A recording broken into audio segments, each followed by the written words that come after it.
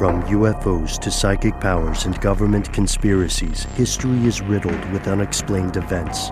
You can turn back now or learn the stuff they don't want you to know. A production of iHeartRadio.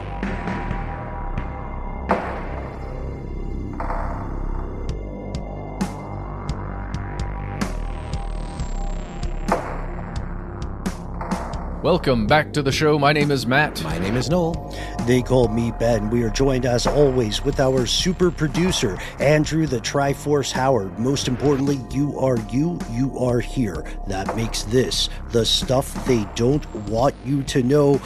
Hold the phone, call the wise men. This is part 2 in a special 2-part series. And please, please, please, if you haven't listened to part 1 before you listen to the rest of this, get thee to thy podcast platform of choice and check out the first part of When Was Jesus Actually Born? Oh, yes. This episode, all Magi. That's all we're doing. No, I'm just playing. The wise men Magi they hold a special place in my heart. I don't know about you guys. Great gift They were givers. super big into myrrh, the gum resin myrrh, which was a huge deal. It was sort of the crypto of its day. Frankincense is the only reason I know that word. You don't know frankincense? Oh, he's a guy. It's his street name. I don't know much. This is part 2.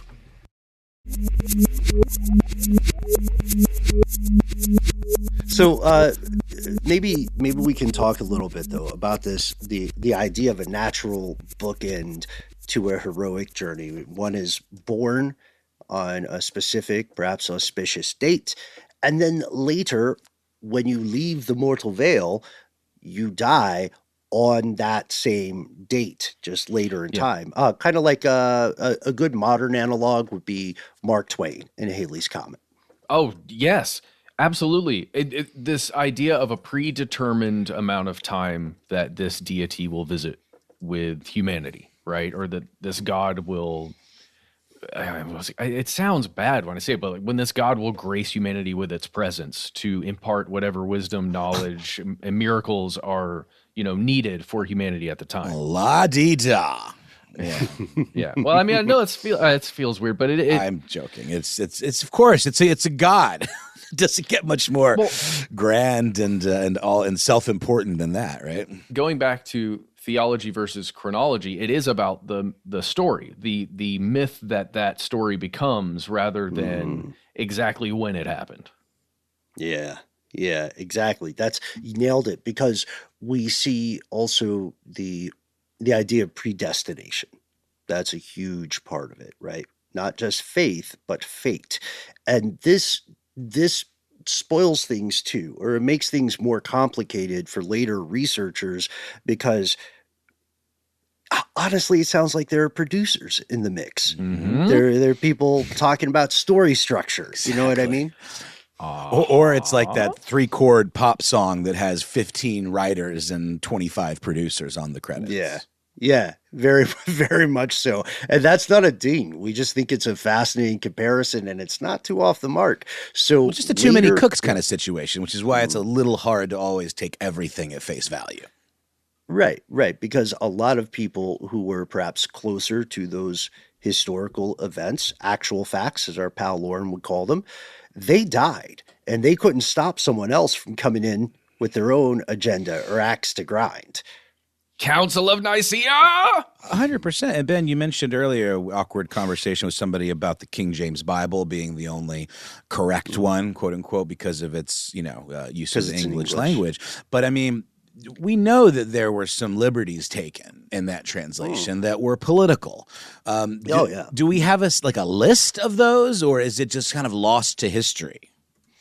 We have some guesses. Why King James made a Bible. That's a great idea for ridiculous history. We could spoil some of it. Quick question about that, guys. Have you done a ridiculous history episode specifically on the golden sickle, white cloth, and mistletoe? No. I know what you're talking about. We have not, but we will if you come on air with us. Please, Matt. This is your baby already. You did it. You spoke it into existence. But I I'm didn't even know what the so golden scared. sickle is. Oh, boy. Why are you scared, Matt? We do podcasts together all the time. I know. I will do. I will do that. Actually, the golden sickle is the thing you gotta, or at least that if you're a druid and you got your robes on, you climb up the oak tree, lop off the mistletoe, but it can't touch the ground. It has to hit the white cloth. Oh, so it's like Elf on the Shelf kind of rules. Kind of. Like if you touch the elf on the shelf, the magic goes away. Similar. Because the mistletoe is the thing that is protecting the oak tree, which is mighty and very kingly and actually a symbol of a king. And then you can't fell the massive oak tree unless you've saved its protective mistletoe in honor of the king that you're about to fell and then make into burning stuff. The emphasis being that there is a right way to do things. Yeah. Right? For favor of the gods and all the orderly proceedings of the cosmos. Well, and as much as Christianity would like to raise itself up as being better or more evolved than some of those pagan, ritualistic, or ancient religions, there's just as much ritual involved in Christianity as there were in those other, belief systems. Shout out transubstantiation. Yeah. Shout out the idea of the cauldron god and the vegetable god. Oh man, Fraser is just so cool. The show and the author, Dr. Fraser Crane, folklore thing. Yeah, both. Tossed salad, scrambled eggs. So, working back from the life of John the Baptist, based on the stuff mentioned in Luke and a few other tidbits there are experts, there are theologians who believe they've gotten closer to the actual answer. What is the birthday of Jesus Christ? We're going to pause for a word from our sponsors, and then we're going to get into it, folks. We'll see what you think.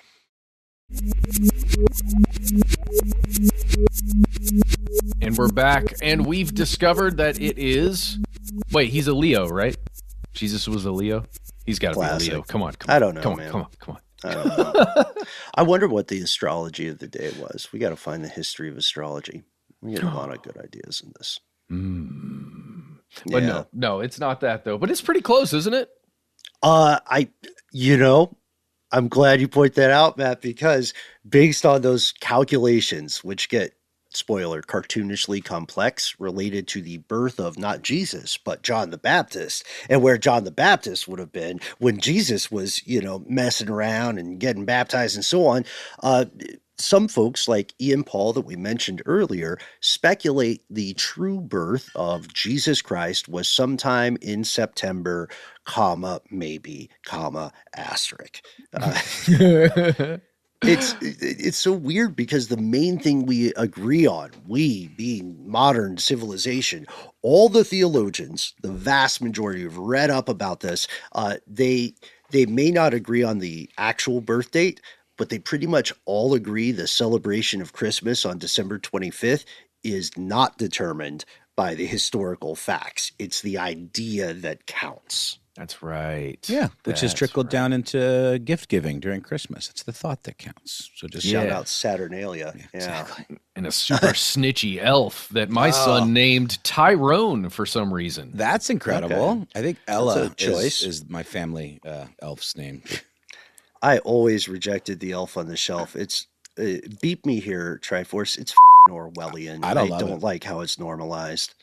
I know. That's all, and it all benefits one company who sells these packages with the elf and the book, and they created the lore. And it is kind of amazing though that nobody before this product figured out how to weaponize that same kind of big lie about Santa Claus and create a new thing, a new version of it to sell. On that, kind of did though, right? I don't know. It just occurred to me. Have you heard about the two new iterations? I just learned about them a few hours ago. I'm serious. No, I'm kind of a Grinch Scrooge character. I'm not read up on this. Martha on the mantle and Snoop on the stoop. I know about Snoop on the stoop. They're real. What about Mensch on the bench? I've heard about that one for Jewish families looking to integrate a big lie around the holiday season. Oh, gosh. So just the surveillance state is going to keep doing merch spinoffs. Yes. Watch out. Snoop might see you. This is a true story. This has not, I was thinking of this for our strange news segment later, but did you hear that air fryers might be spying on you? Oh, yes, I did hear about that. Yeah, it just came up a few. That's the new elf on the shelf. At least the air fryer does something else. And you're talking, of course, about maybe like Wi-Fi connected air fryers. Surely my dumb air fryer isn't spying on me. Can I just say, though, guys, I didn't make up Mensch on the bench. It was apparently as seen on Shark Tank. Yes. Yeah. I didn't think you were making it up. I'm not that clever. You are way more clever than that. You would have come up with a better name. No offense to the Mensch. Oh, hey, and last thing, it might not just be your air fryer. We've mentioned this before on the show, but it's the Wi-Fi signal that now, through the magic of AI, has been trained, not yours necessarily, but has been trained to be able to identify where people are due to basically holes in the Wi-Fi signal. Yes. Human-shaped holes. And then it can analyze how that human-shaped hole is moving. So literally, if you want something to be spying on you, it could just be your Wi-Fi signal. Somebody's watching me. So... okay, this leads us all to the next big question. If everybody already kind of agrees the official date is wrong for several compelling reasons, the next question is, how did we end up with December 25th? This is a great thing to ask. Depending upon whom you approach with this question, you may be told there is a conspiracy afoot. Britannica sums it up pretty nicely. They point out the origins of Christmas and its December date can be found in the ancient Greco-Roman world because commemorations probably began again around 2nd century. They say there are 3 possible origins for the December date. First, a guy named Sextus Julius Africanus. He looked back at, this is kind of what we're talking about a little off air. He looked back at the expected conception date of Jesus Christ. And he said, that's March 25th. So count forward 9 months. And then Jesus is logically born on December 25th. It sounds solid until we realize that our buddy Sextus also said the entire world was created on March 25th. So I think he was just putting a lot of stuff in the bucket on that one. That'd be cool. Back, when there were absolutely no calendars, and time was arguably different as Earth was forming, from what we know. If you've ever edited a manuscript, you kind of have to respect them. Yeah. For just getting a lot done in one day. You know what I mean? Oh, not to continue to poke holes in this, but, babies aren't born exactly 9 months after conception. No one tells Sextus. It's close, but anyway, it's just very funny. There's a lot of wiggle room. You know what I mean? Yeah. Sometimes not enough wiggle room. Exactly.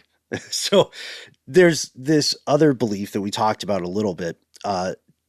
The idea that the date of the 25th of December was chosen to sort of gentrify religious celebration, to displace competing spiritual belief systems like Mithras, Sol Invictus celebrations, or push out other non-Christian celebrations like a Roman festival, Saturnalia, which had, some traditions that might sound a little familiar to Christmas enthusiasts. You give gifts, you have big parties with friends and families. We feast like we're at medieval times, which is very much not a thing back then. But. Well, yeah, and in certain parts of the world, when you have Yule and things like that end up getting put into the same festivals because it's just. I remember when we did that video way back in the day talking about the origins of Christmas and just how baffled I know I was, at least, at the things we were finding about all of these celebrations and where they really do come from and how it is an amalgamation of pretty much the world going through crisis. These are celebrations of stuff is really bad and cold and dark right now. Let's do some things to get together, warm up a bit, celebrate, and eat a bunch of food because we need to get food in our bellies. Spring is on the way. right? From the darkness comes the light. Yeah, this is okay. We do know a lot of the hubbub around December 25th comes from, weirdly enough, geopolitics, which were still a thing back then. This is where we introduce our third, technically, Flavius of the story, if we're counting my gerbil. Flavius was just a way more common name back then.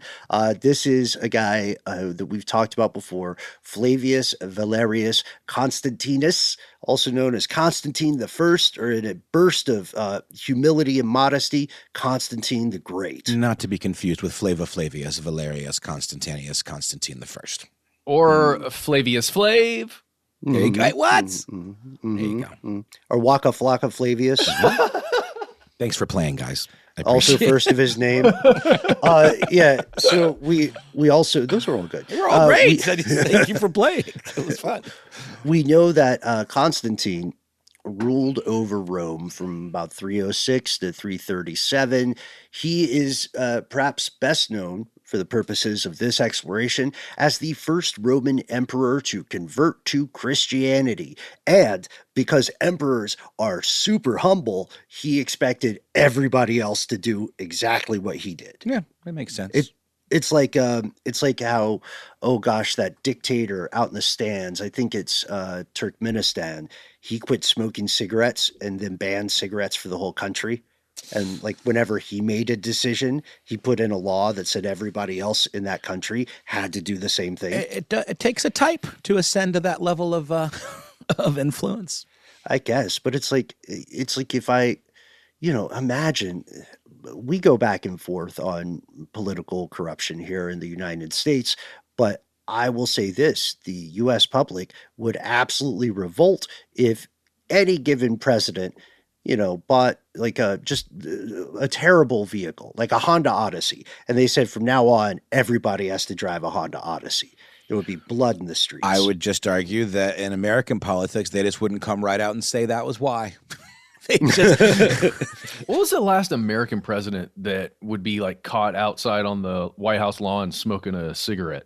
Barack Obama. Obama, He chiefed dart every now. Aren't there photos of him? Yeah. I just can't. I don't have that image in my head. That's interesting. Okay. I think the PR game was a little bit looser.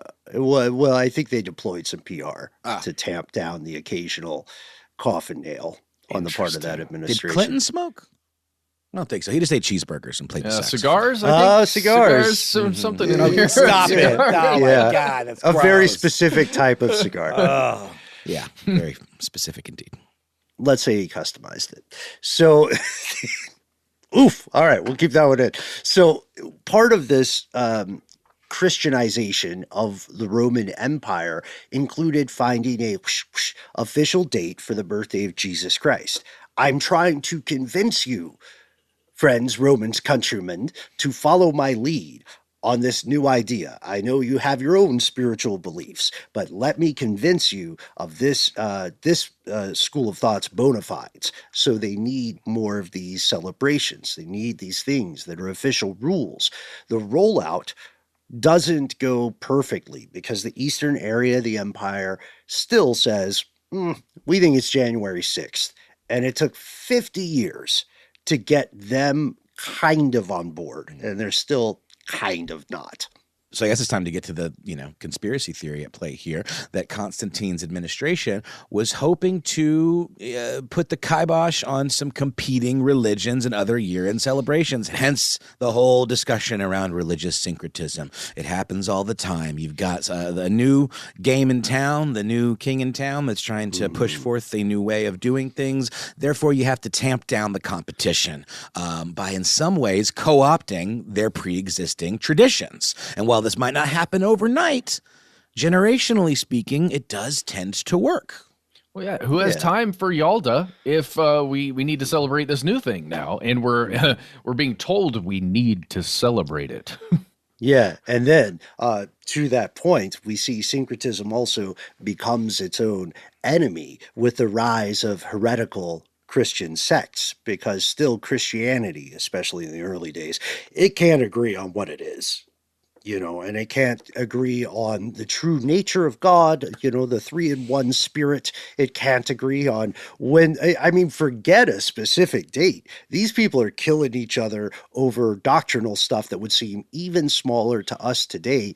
The conspiracy of hamstringing competing belief systems, it's a great story. Put on our producer hats. It's just like EPs. We would love this story. It ticks all the boxes we need for heroes and villains. Notice, however, we called it a conspiracy theory and not a conspiracy actual. That's because the whole thing might be a convenient myth. We did not know this going into it, but the whole idea of this Constantinian conspiracy, right, to advance Christianity over all other pre-existing religions, it doesn't come from hard evidence. It comes from people looking at timelines and making educated guesses. And the closest thing to a smoking gun is literal scribbling in margins of a book or a manuscript by an unnamed anonymous Syrian monk sometime in the 12th century. So more than a millennia after the fact. People read about this and they just dug the vibe. Whoever this guy was, he wasn't originally out to make a hit piece. He was trying to figure out why Western churches moved Christianity from January to December and why Eastern churches didn't get with the program. And he was like, oh, they moved it closer to the solstice. That's weird. And then people who did not like Christianity found out about this and they said, perfect. You know what I mean? It's like if you already don't like, a specific creed or ethnicity and you read something that you think makes them sound bad and then you repost it on Twitter. Dude. But I have to, the winter solstice thing is so interesting to me when it comes to the storytelling that was happening in like ancient Persia at the time about this concept, the very concept that evil forces, darkness, it's the strongest right around this time of year. When you're at the winter solstice, when the days are the shortest, when the night is the longest, when it's very cold, that is when the evil forces are at its strongest. So if you have a savior figure that emerges right in that moment when it is, the darkest night of the soul for all of humanity, right? You have a savior figure arise in that moment, literally with a star, and the symbology and all that stuff. It is the type of storytelling that could be, you could see it cutting through different cultural and religious beliefs. Well, it ticks the same boxes, right? Yeah, I mean, this is where we get to studies of comparative religion. Again, George Fraser, The Golden Bough is nuts. It was first published in 1890, and it's talking about a lot of the same things, and it still holds up because Fraser was largely correct. We are fun at parties. This is a great point that we're making here because we see commonality of experience, right? It doesn't matter what you believe. Winter solstice is still the longest night of the year. Doesn't matter to whom you pray. It still gets cold at predictable times of the year and warmer at other times. Well, and it goes across every culture. You look at Stonehenge, Machu Picchu, all over the planet, there are monuments built to both celebrate and venerate the solstices, right? And there are slits within stonework that will only send light into one part of a massive dome thing that was built, well before allegedly Jesus was born, that are celebrating that moment of the sunrise, the dawn on that day. So if you want your hero in your story to be the most heroic and most auspicious, then you push them or associate them with something that people already understand as auspicious and important. That doesn't make, now we're not denigrating any belief system. That doesn't make it untrue, right? And that's not us poo-pooing or anything. That is pointing out how this sort of stuff historically works, not just in the case of Christianity, but in the case of pretty much every successful religious school of thought. Successful being defined as something that a mimetic evolution that propagates across generations. Oh, yeah. Still, the conspiracy theory about Constantine saying, screw Saturnalia, I'm tired of this Mithras guy, that probably came to be way after his death. And we got to give a shout out to a professor at Yale, Andrew McGowan, who totally agrees with this and makes a really compelling case that this was anti-Christian and anti-Christmas propaganda in the 12th century. What we're saying is, that's right, fellow conspiracy realists. It sounds silly when you hear it on your news networks every year, but back in the day, there really was a war on Christmas. There really was a war on Christmas. It's also strange because birthdays were not as big of a deal back then. If you think about it, you are an adherent of Christianity. Jesus Christ is the Messiah. His birthday is great. Good that he's here. But the real emphasis is on when he dies and rises again. Sure. Right? That's what makes him Jesus Christ. Definitely. It's definitely the more impressive trick. Everybody has a birthday. Not everybody has an Easter. It's true. Exactly. But it's a lot like the sun, guys, the SUN. I'm just saying. Absolutely. I can't get over this. I dove way too deep into the Midsummer thing. I think I watched that movie not that long ago, and I was just thinking more and more about it, about ancient practices. But like Newgrange, this tomb mound built in Ireland in like 3200 BC, is all about the rising of the sun on that, right around that time. Like, I don't know exactly what the date was, December what it would be calculated to in 3200 BC when it was built, but it would be right around that time when the sun rises and defeats evil, right? Defeats the cold, the winter, all that stuff. Go back to Karnak out in Luxor, all these places, same thing, 4,000 years ago. That story is just so potent. It makes me wonder what maritime life forms worship. Right? Ooh. Should they have the capacity for worship, which they probably do, especially cetaceans. Do you think it would be sun-based, or it would be more based on current, maybe? I think it would be current. Yeah. I think it would have to be current, right? Let us know what your local pods and cetaceans worship, because the humans in the early days, obviously they're gonna worship the sun and they're gonna fear the night, yes, right? And then they'll worship the things they fear, because you worship what you adore, you also worship what you fear, just to keep it at bay. You sacrifice stuff to it to be like, please don't hurt us. Cool. Ancestor worship, animism, those are cool, man. They're still continued practices. Did you guys see the trailer for The Witcher 4? No. I did. Yeah. I'm excited. Deals exactly with that concept of sacrificing to the bad thing. Guys, so sorry to derail for 5 seconds. Speaking of trailers, have you seen the trailer for the new 28 years later, the zombie film? Yeah. It has this poem in it that is like a vintage recording of this poem called, I think it's called Boots.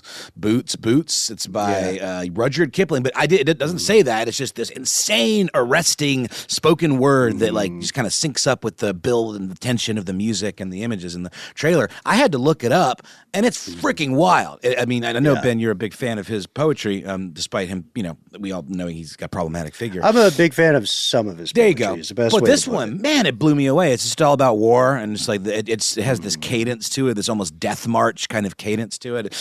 Really powerful. If you look up on YouTube, you can hear a recording on its own. It's this very famous recording of somebody reading this poem. Yeah, and it's also used. I think it'll be very familiar with a lot of our marine conspiracy realists in the crowd, not maritime animals, but like actual Marines. Because tell us what you think.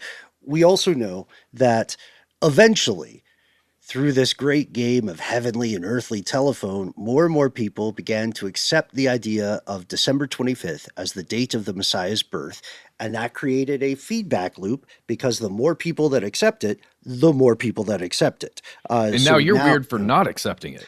Right. Like having a cell phone used to be weird, and now it's weird to not have one. So we will never know the actual real birthday of Jesus, at least not here on Earth. But we can say conclusively, probably wasn't what we call Christmas today, probably was not in December. This shouldn't be a bummer, though, because it's the thought that matters more than a specific date and time. Matthew and Luke were probably onto something with that. That was actually kind of smart of them. Yeah, but speaking of the thought that matters or the thought that counts, that is no excuse to give Amazon gift cards for Christmas, y'all. That's just lazy.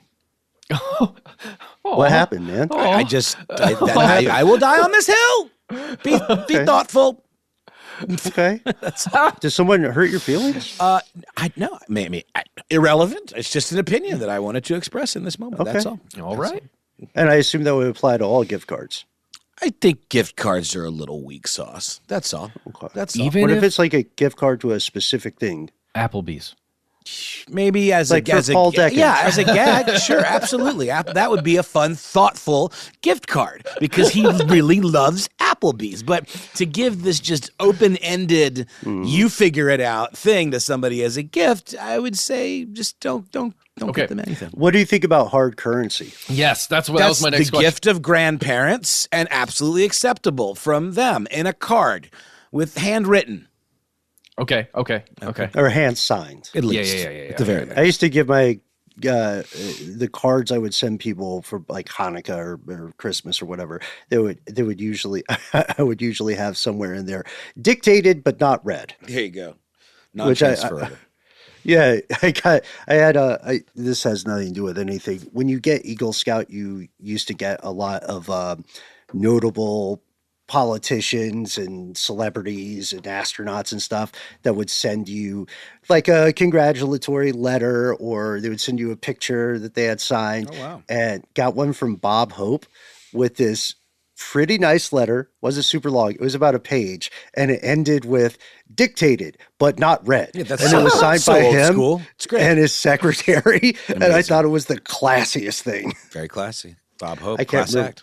I figure I just imagine the guy strolling around the room, Well, just extolling these ideas. He's like, put something in about America. Well, he was Mr. What is it, ASO? The big touring productions for the troops, the road shows and stuff. Wasn't that a big thing that Bob Hope was into? It makes sense. Oh yeah. But this also gives us the idea of people spitballing, right? The gospel dictated but not read. Yeah, and read later. So this is where we see calendars change. This is another trippy thought, you guys. I know we're going long, but calendars seem permanent, yet are somewhat USOs. Changeable over time. Like what happens when humans continue to reach toward the stars? I suggest the calendars will have to evolve in step. You know what I mean? Yeah. Well, once all these aliens finally make themselves known that are hanging out in New Jersey right now, I mean, yeah, you stop it. I'm okay. I will. Or the aliens land and they say something like, "Oh yeah, Jesus is absolutely real. We hang out with him all the time. Yeah, like we see him all the time. Don't you guys?" What did you do to him? Hang on. Oh no! What happened? That was. Oh, who did that? Somebody went on stage and did that Really? as their bit. Yes, and it was it was so good. It was what the I just heard it recounted. Hold on, I got to look it Donald up. Rumsfeld. No, Bob Hope. What? no. Sabrina Carpenter. Sorry, I just I've got a. Can you describe the person? It was Richard Pryor, and it was a retelling of a time that Richard Pryor went on stage and he embodied God, like God himself. He went out on stage as God and was talking about his son, and like, oh man, my son is so awesome. He's just talking about his son, and he's like, so where have you seen him? I haven't seen him. Like, where is he? Wait, what? And then the audience proceeds to like explain to God what happened to Jesus. I see. And then he does the same thing with Martin Luther King, with Malcolm X, with JFK, and all this stuff. It was just And it was apparently really somber and sad the entire time he's on set. And they just left, and he's just like, all right, well, they basically just said, well, I'm leaving. And Well, yeah. Sorry, this is the embodiment of now God is no longer with us. Sorry. I was just, I feel you. Richard Pryor was one of the great orators of Western society. I would often, people confused him with a comedian, just like George Carlin. But I would say, the alien thing would be interesting. We don't know if that's going to happen yet, but we know the calendar will probably transform as humanity becomes a multi-terrestrial species, right? And what if it's based on rather than the solar system, right? Solar centric. What if it's on the galaxy itself, at least for a time? Cool. That'd be cool. I missed the Zoom meeting, guys. I thought this was in galactic time. Crap. I mean, it's a question for another day, but we do have an answer. Whether you're Christian, whether you're non-Christian, atheist, whatever your belief system may be, you don't have to be Christian to agree with the overall message of this guy. Just be good to other people. Help when you can, how you can, when you can. That's the real stuff they don't want you to know. To shout out to Frank Cross and Scrooge. No one ever needed a specific day to be a good person. It can just be a Tuesday, and you can still do amazing, noble things. It's awesome to be kind in March, September, tomorrow, the next week, the next day. It's just as crucial to do that as it is on Christmas. At least that's what we think. So what do you think? We can't wait to hear from you, folks. We try to be easy to find online. You can send us an email if you want to get on our naughty list. Oh, or our nice list. And you can also find us all over the internet on your social media platforms of choice, where we are Conspiracy Stuff on X, FKA, Twitter, on YouTube, where we have video content galore for you to enjoy, as well as on Facebook, where we have our Facebook group. Here's where it gets crazy. On Instagram and TikTok, we're Conspiracy Stuff Show. You better call us, you naughty little so-and-so. Our number is 1-833-STDWYTK. That story, by the way, about Richard Pryor was told by Howie Mandel. That if you want to search it up, Howie Mandel, Richard Pryor, God. Check that out. When you call in, give us a cool nickname for yourself, whatever it is. We don't care. We're excited to hear it. You've got 3 minutes. Say whatever you'd like. At some point in the message, let us know if we can use your name and message on the air. If you've got more to say than can fit in a 3-minute voicemail, why not instead send us a good old-fashioned email? We are the entities that read every piece of correspondence we receive 24/7 as long as this calendar continues. Spoiler, getting on the naughty list is a very, very cool thing. And we want to take a second and thank everybody who wrote in with amazing stories about the third man factor, as well as dropping us some phone calls. So many stories. We were betting this one would speak to a lot of us in the audience. We've received so many accounts that it may be time for us to do a themed listener mail program on these third man stories. In the meantime, if you'd like to be part of that or give us any of your thoughts at all, hit us up out here in the dark. Conspiracy at iHeartRadio.com.